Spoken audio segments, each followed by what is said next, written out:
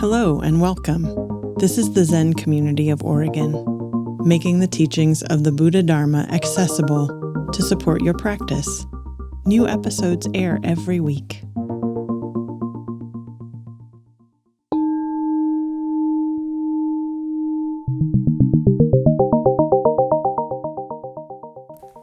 Sesshin on the Ancient Way. And we're using the Affirming Faith and Mind chant. And this is a truly wonderful chant. It is a catalog of things that each of us has the capacity to recognize, things that will be revealed to us as we continue practicing. And it is a wonderful range from the very simple to most profound. And we could say that this chant is all about your breath, all about my breath, our life. So let's go through a few of the bits of it and just look at them a little bit and see what happens. We'll try to talk about different aspects, different parts of the mandala of practice. And the first line, which we keep coming back to, is the great way is easy if you just feel your toes. And I hope you're all successful. And we could say you're already liberated because you can actually feel your toes or your breath. But then you hear that, a glimpse, oh yeah, toes. And then, the thoughts come in, Mine are ugly. I have bad nails. They're not straight enough. They're kind of lumpy. I wish I had better toes. I wish I had bigger toes. I wish I had Taylor Swift's toes. They're certainly richer than mine. I just don't like my toes. I would prefer if I had 4 big toes instead of that little pinky toe. That's how the mind works. It just starts speculating. I'd be much more satisfied if I had 4 big toes. They'd be more functional. I could decorate them, get tattoos. Everybody would admire me. I'd be so cool. And then, of course, I'll need the appropriate shoes. I wonder what the internet has. I wonder what's in fashion in Italy. How much would the surgery cost if I had to get 4 big toes?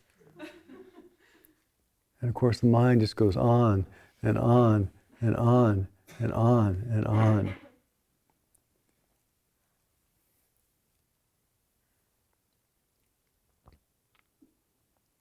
And we think, if only I had the right pick the body part, and it occurred to me, it agrees with me, that I agreed with it, I'd be so happy. But then the recollection comes, I'm stuck in Sesshin. I can't go out and start fixing things. But as soon as it's over, I can start the perfect toe project,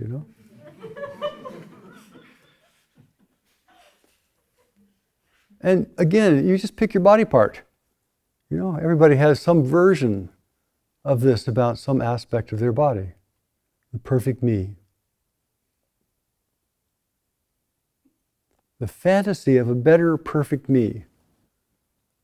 And some people take that with the great way is so easy if you just pay attention to thought. And then off and running, better thoughts, good thoughts, magnificent thoughts, wise thoughts, easy thoughts. Get rid of the bad thoughts, get rid of the and before we know it, we're just lost in thought. It's hard to turn things into wisdom.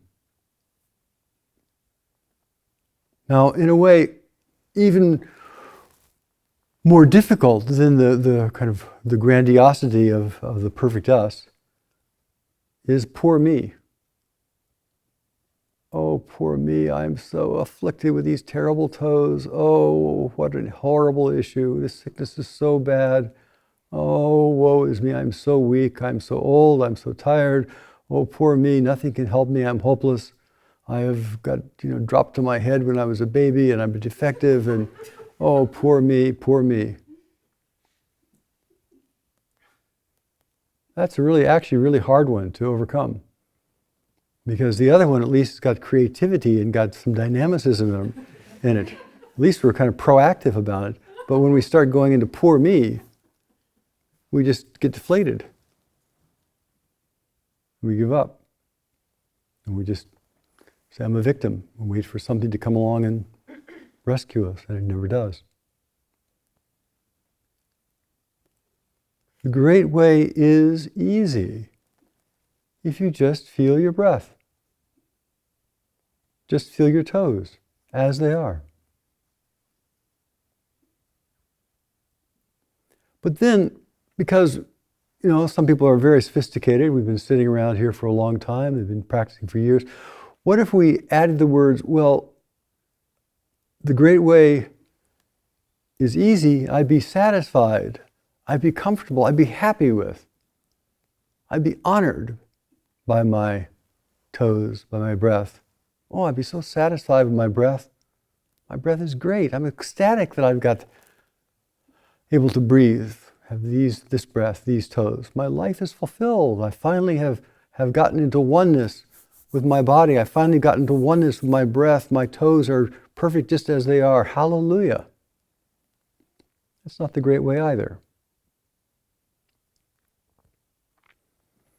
The great way is being able to rest with things as they are, with appreciation or satisfaction or okayness. Reality is easy. Just feel your toes.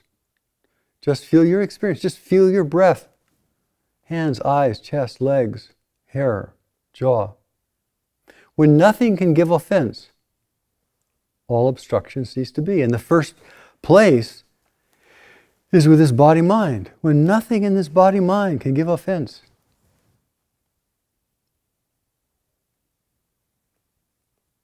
Nothing in this body-mind can give offense.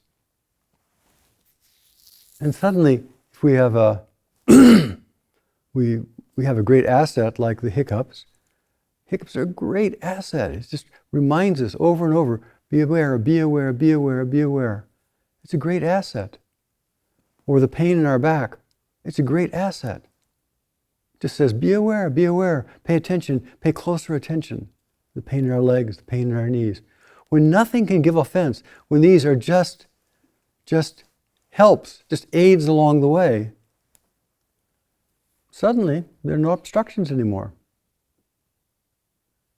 Suddenly we're not at their mercy. Instead, we've turned them into a tool, into wisdom. So we can do that with a body scan. You feel your body in the classic way, any way you want, from the top down to the bottom up, and you feel all the little parts. When nothing can give offense, nothing is out of place, nothing is amiss. Or you feel your breath, the breath breathing you. And it's every single breath is okay. But that's a good, excellent foundation for practice. And we've been sitting here for so many days, and we've got that good foundation of acceptance and presence, and the mind is calmed down, and we're really much more in the body. But there's a lot more that can be revealed. The sutra keeps saying there's more that can be revealed when we're resting with awareness, doing exactly what we are doing. Now, so one of the things we can observe, and just pay attention to your direct experience and not beliefs. So be aware of your body, just however you are. And notice, as soon as I say navel, umbilicus, whatever you want, as soon as I say navel, if it's English, suddenly you're aware there's a navel. Probably few of you were actually contemplating your navels before that word came out. There it is. If I say neck, unless your neck was hurting and calling your attention, you probably were not busy meditating on neck. Suddenly, there's a neck. There it is. Same is true with any other body part. Your right buttock. Unless it was hurting and calling attention to you, suddenly there it is. As soon as your awareness goes to that part, whoop, it appears. When our awareness is not on that part, when we have no awareness, does it exist or not exist?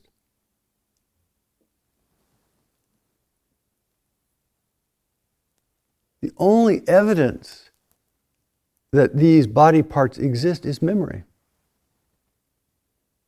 The only evidence that it existed before.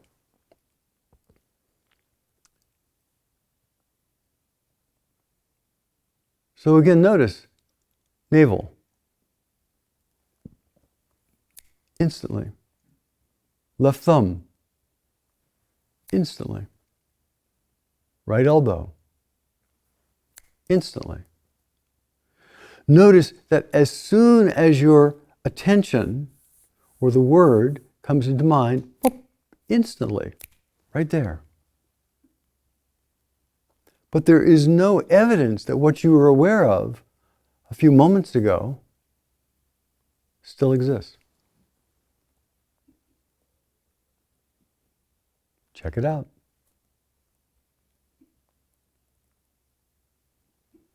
The body appears with our naming and attention.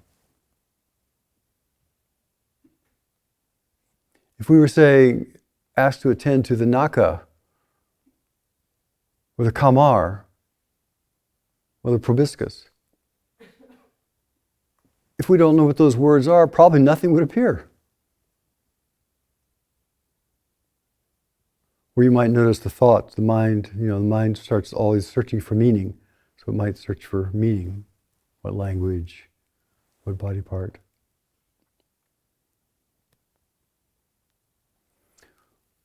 So what if, as we are meditating, as we are feeling this body, this light, this whatever it is our foundational practice is, whatever it is we're feeling, whether it be hiccups or pain in the back, what if the experience of it only comes into being with our attention?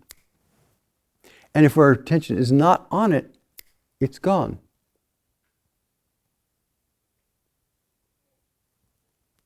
Check it out.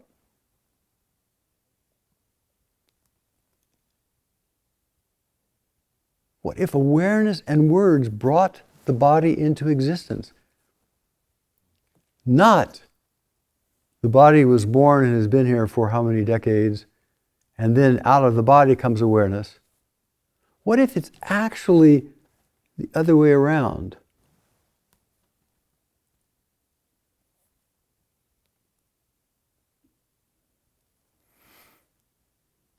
So one of the ways, in the Theravada school, they emphasize a lot that one of the ways that this being is made up is we have a sensation, and another sensation, and another sensation, and another sensation. We have a moment, and a moment, and a moment, and the mind then connects all those moments. And then it's the connection of all those moments, all those fragmentary moments, because each moment we're only aware of a discrete number of things. Each moment you're aware of a knee, you're aware of a hip, you're aware of a shoulder, you're aware of a chin, you're aware of a tooth, you're aware of an ear. And then the mind, memory, kind of puts all that together and says, oh, there's a thing there.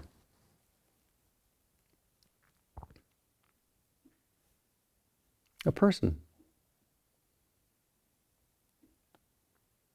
Every time I think of that, there's an old song which I don't know how to sing it, but from the, I think, 18th or 19th century.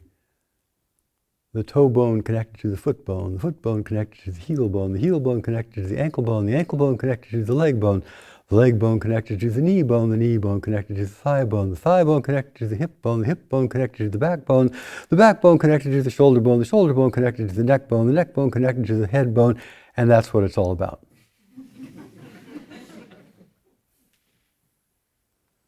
But notice, if you followed those, by the time you got to the head bone, you had forgotten the toe bone.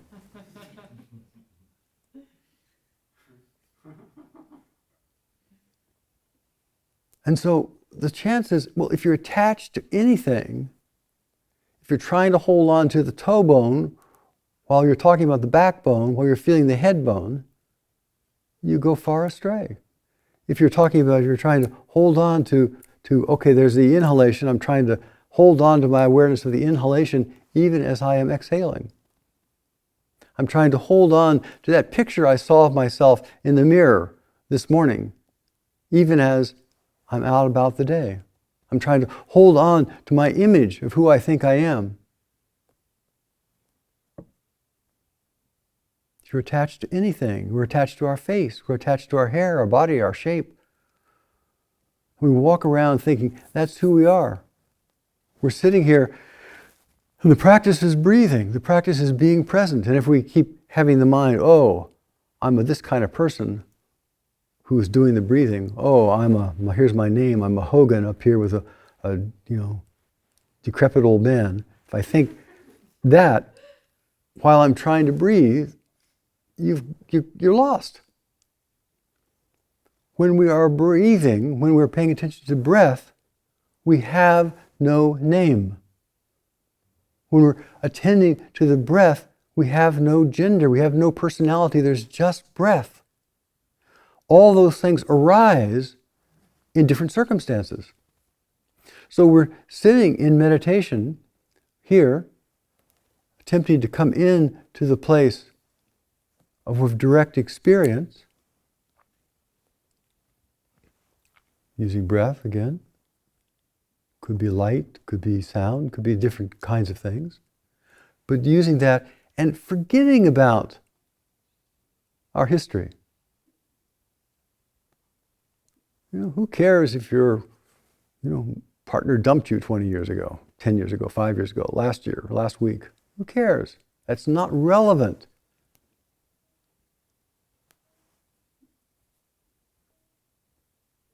If you're attached to anything, you surely will go far astray. That means the mind will go far astray, the thoughts will go far astray.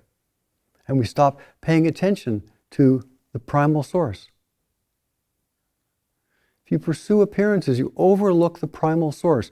So that's what we're doing here, is trying to see beyond the appearance of things, see beyond the fixed idea we have, and see the primal source of our life.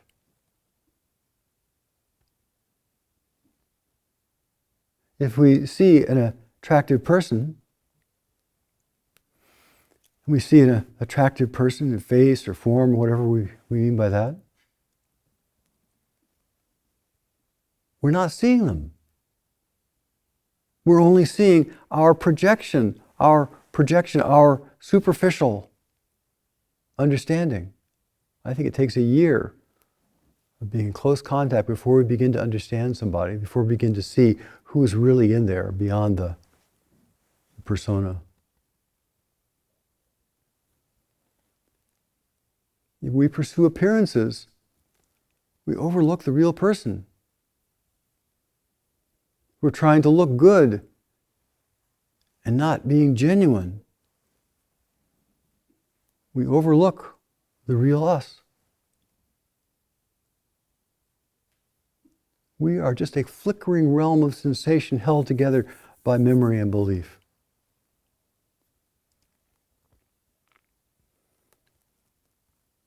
And we can see that for ourselves. It's not esoteric, it's not anything profound. It just happens to be, if we are paying close attention, then you will see you will see that. It's not, you might see that, but if you're paying close attention, because the nature of life is flow, the nature of life is momentary, you will see the profound truth. You will see the essence. That's what the sutra is saying. It's saying that this breath, this practice that we were doing right here, is a sacred practice of awareness, of presence. And if we are engaged in it, and we are feeling it intimately, we'll talk about that a little more, but you're engaged in it, and your mind is not just out there somewhere else, but it's here. Your mind is close in. You haven't taken a second step. You haven't gone anywhere else away. You kept your mind right here in this body-mind. And it thrash around a little bit. That's what it does. It goes out and it comes back. But if your basic center of gravity is right here, then you begin to discover the primal source.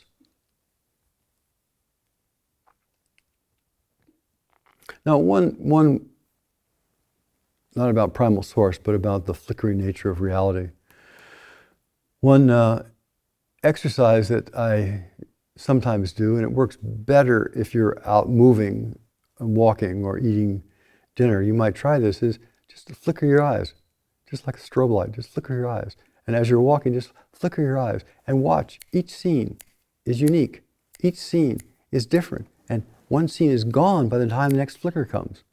You're moving the hand and you're watching the flicker, and by the time you flick, flick, flick, flick, flick, each flicker, the previous one's already gone. And you can just watch that. And that's how we actually are constructed, at least at one level. And the mind, of course, knits it all together and thinks it's one seamless motion. So you might try that when you're walking around, is just observe. Just observe what happens if the mind can only see. We'll look at that a little bit more in just a moment. Now, when we're saying pay attention to the breath, we're not saying that pay attention to a thing. We might, people might say hara or toes or something, but things are not things. Because they're movement, because they're flow, because our awareness is flickering awareness. It's that dynamic, alive awareness. And even if we were to hold on to a toe and have our mind resting just in our large toe of our left foot, it would still flicker and move. It would still shift and change, even if it never left the toe. The toe is a dynamic creation. The breath is a dynamic creation. So when we're paying attention to the breath, we're paying attention to a dynamic creation that is happening with the inhalation and the exhalation. It's not a thing. It's not a static thing. It's not an object. It's a dynamic creation that is coming into being as we breathe.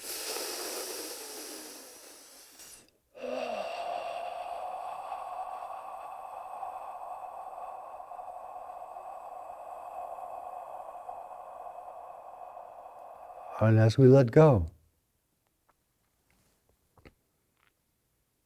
And what was true at the inhalation may not be true anymore at the exhalation.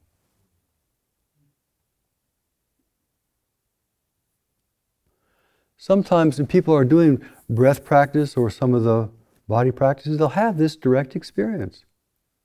The direct experience of the flickering nature of things, the direct experience of the impermanent nature of things, the direct experience of the dynamic nature of things, the direct experience, there's many different levels of that. But it all comes out of paying attention to exactly the practice that you are doing without letting the mind go berserk. Things reveal themselves. But when the mind is swirling around, wondering what's going to happen to me, then these things are hidden. Or if we live in bondage to all that swirling, in a way, the sutra says that's the disease of the mind, but it definitely obscures the mind.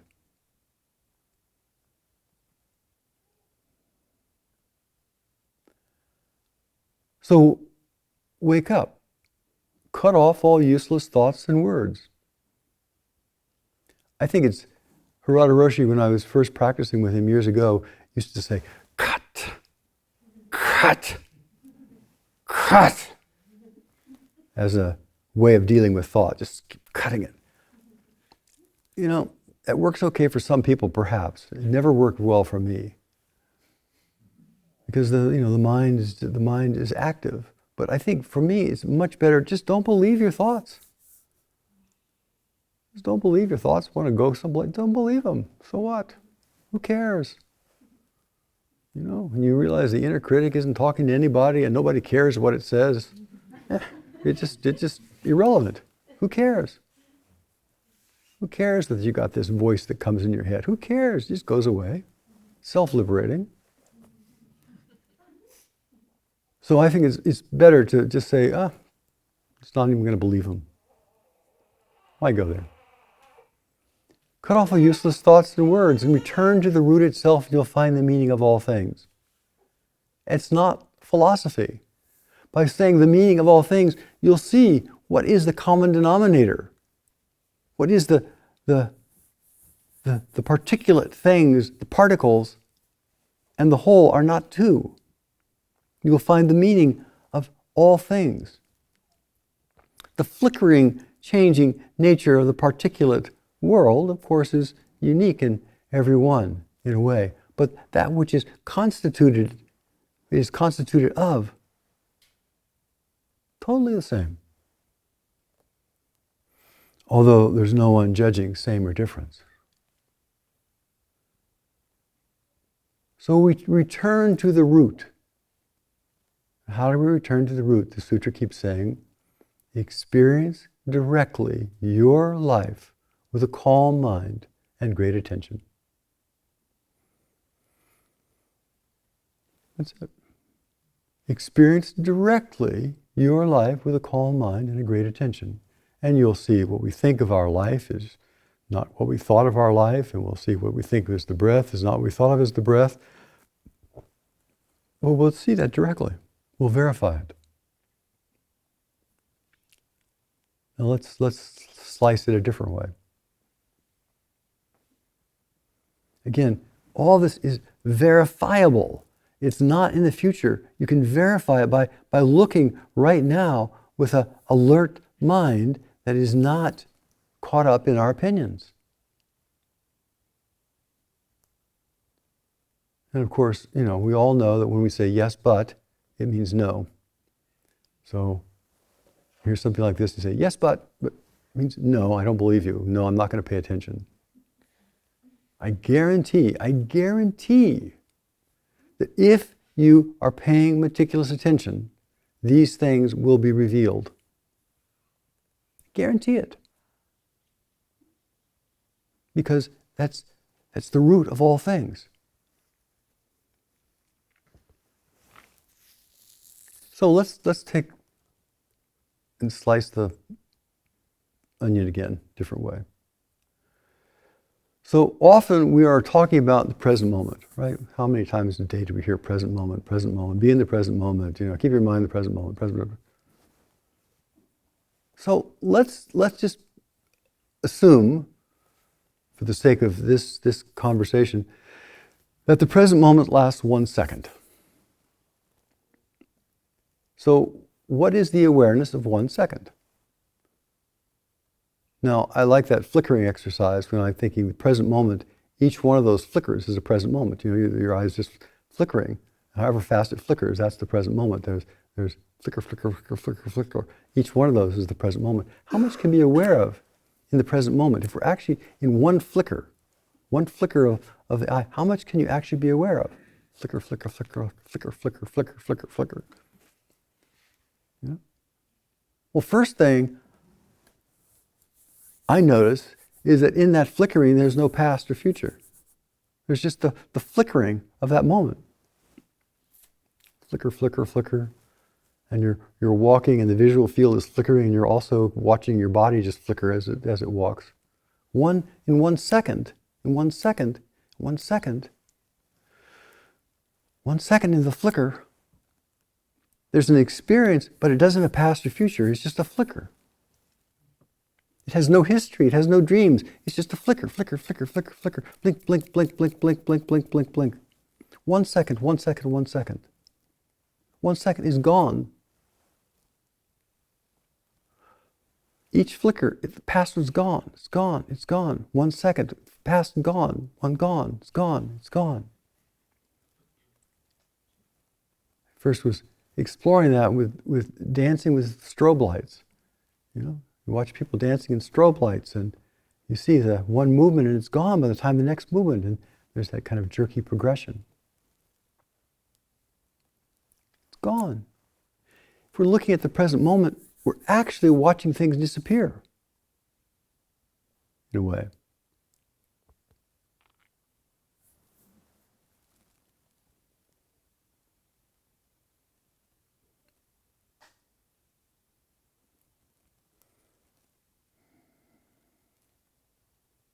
So let's go back. So we got this awareness. 1 second is the present moment. What are you actually can be aware of in 1 second? If it's not aware in that 1 second, then it's involved with past and future knitting together, and that's a whole process. Not wrong, fine. I like history.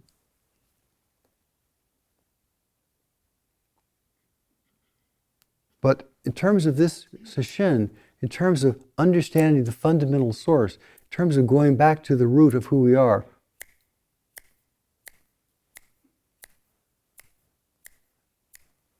how many flickers are there in one breath? How many particles make up one breath? By the time we have gotten halfway through the breath, the beginning of the breath is already gone.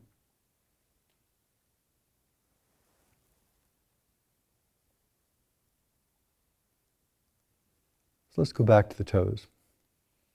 They're still there, I hope.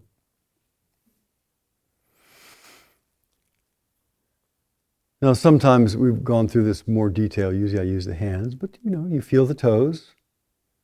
You feel the toes with the toes. You feel the toes with the toes in the toes.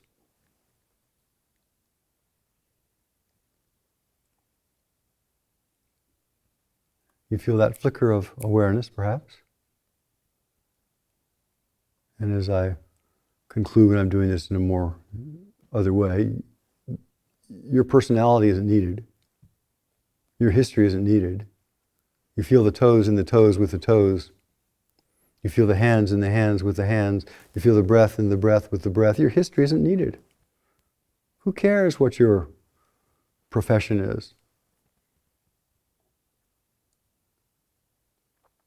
Again, we're returning to the fundamental source here. This is not ultimate truth. This is recognizing the fundamental source.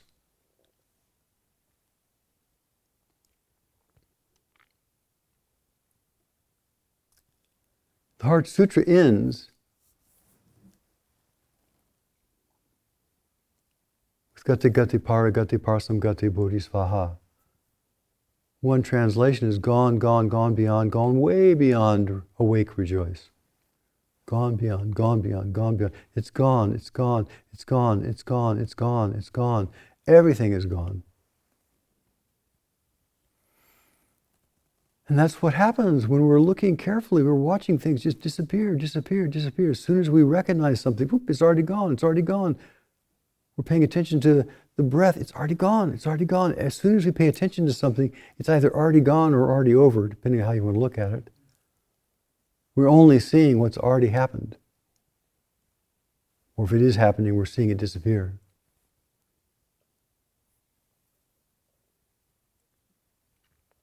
We can glimpse, we have a little glimpse, but it's gone. The Heart Sutra says, Bodhisattva of compassion, from the depths of prajna wisdom, saw that everything was flow. Everything is nothing but flow. The mind is flow, thoughts are flow, breath is flow, body is flow, the world is flow, the universe is flow, politics are all flow, everything is flow. So everything was flow and was free. And then in that, seeing it moment to moment to moment, seeing the flickering nature of things in that flow, seeing the flickering nature of things, you don't have time to project an eye, ear, a nose, tongue, a body, or mind. And that flicker, there's just the experience of that flicker. The mind knits it all together. If the mind doesn't knit it all together, it all can come apart. And what are you left with? The great mystery. And sometimes in Sesshin, people will touch the great mystery. I just don't know. I don't know.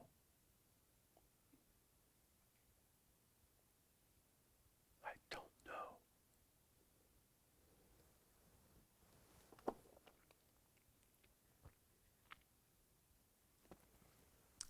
Gone, gone, gone beyond, gone beyond. Awake, rejoice. And out of that I don't know, everything arises. Just like that.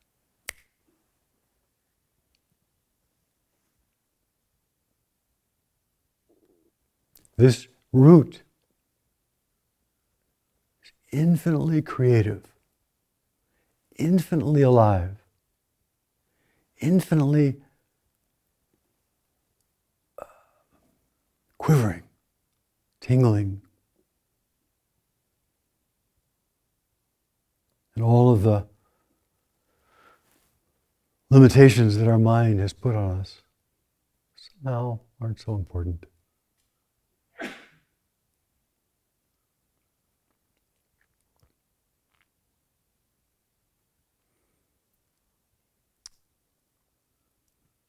All the things and their activity in this empty world seem real because of ignorance. Just let those fond opinions go. Let those fond opinions go. We are so fond of our opinions. So fond. And that's the kang, the collar, the weight that we carry, that we fight with. So we have an opportunity during Sesshin to come back to the direct, vivid experience of your own practice life. Your particular method, whatever it happens to be. Whether it be counting or feeling or hearing or whatever it happens to be. Your particular method. When we are wholeheartedly engaged in it, other things drop away. And then in that paying attention to our method when things have dropped away, things reveal themselves to us in their own time, not according to us, not according to my time. So we have an opportunity after so many days of practice. The mind has definitely evolved and changed and stilled and opened. And we've left so much behind. We have an opportunity now to look carefully and directly with great concentration. Flicker, flicker, flicker, flicker. Keep the awareness there.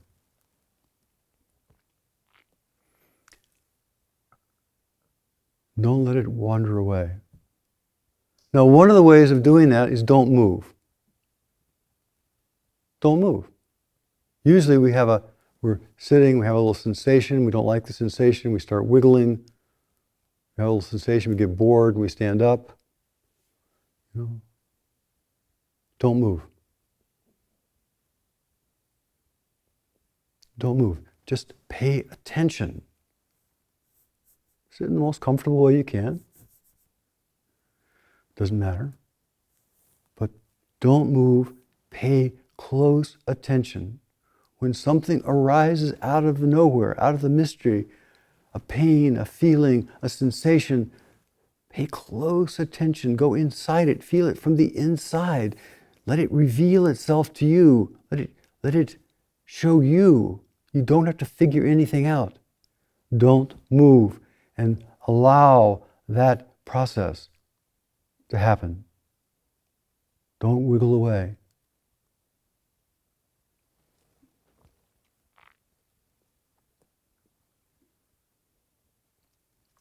The great way is not difficult.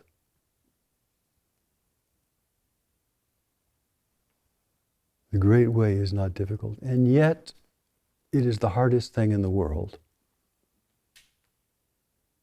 So nobody is minimizing the struggle and the difficulty and the challenge. Of course,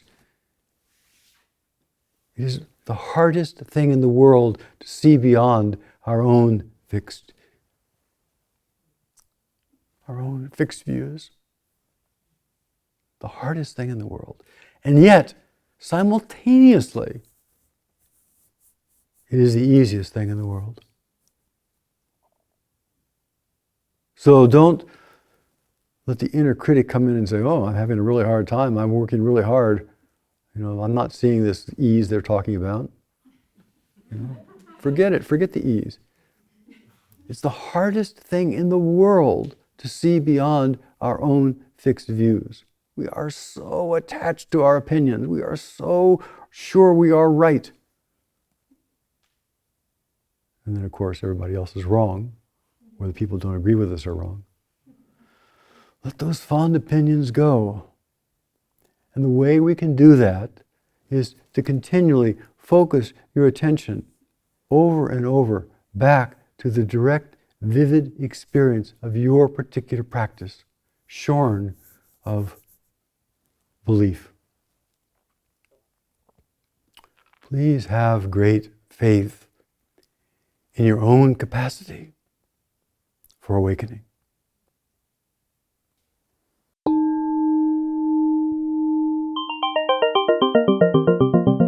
Thank you for listening to the Zen Community of Oregon podcast, and thank you for your practice. New episodes air every week. Please consider making a donation at zendust.org. Your support supports us.